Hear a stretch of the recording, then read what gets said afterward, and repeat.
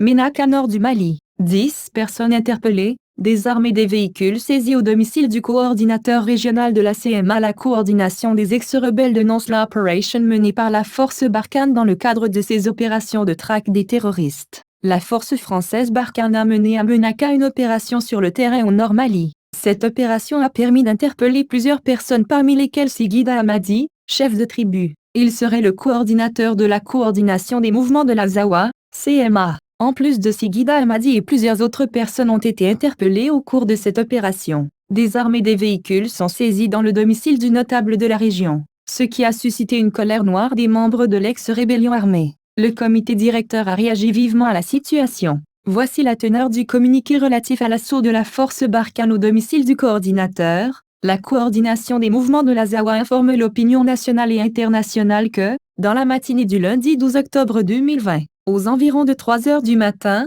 un détachement de la force française Barkhane a encerclé le domicile de M. Sigidi Hamadi, élu local, chef de tribu et coordinateur du bureau régional de la CMA à Ménaka. Cette opération s'est soldée par son interpellation ainsi que celle de 10 membres de sa famille dont de vieilles personnes. 3 véhicules, une dizaine d'armes du personnel de sa sécurité et une somme d'argent ont été emportés. La CMA a aussitôt engagé des discussions avec le commandement de la force Barkhane et a obtenu la libération de M. Sigida ainsi que de 9 de ses compagnons. Tout en condamnant ces actes d'humiliation des personnalités respectées par tous, la CMA souhaite avoir des clarifications pour ce nième acharnement contre Sigida Hamadi, grand dignitaire de la région, et demande une réparation morale à son endroit. La CMA demande également la libération de M. Almamou Agali qui reste toujours en détention, ainsi que la restitution de l'argent et des armes emportées lors de cette opération. Enfin, la CMA exprime sa disponibilité au dialogue permanent avec l'ensemble des forces nationales et internationales présentes sur le terrain et les appelle à plus de retenue et de discernement pour ne pas se tromper d'ennemi ni d'objectif.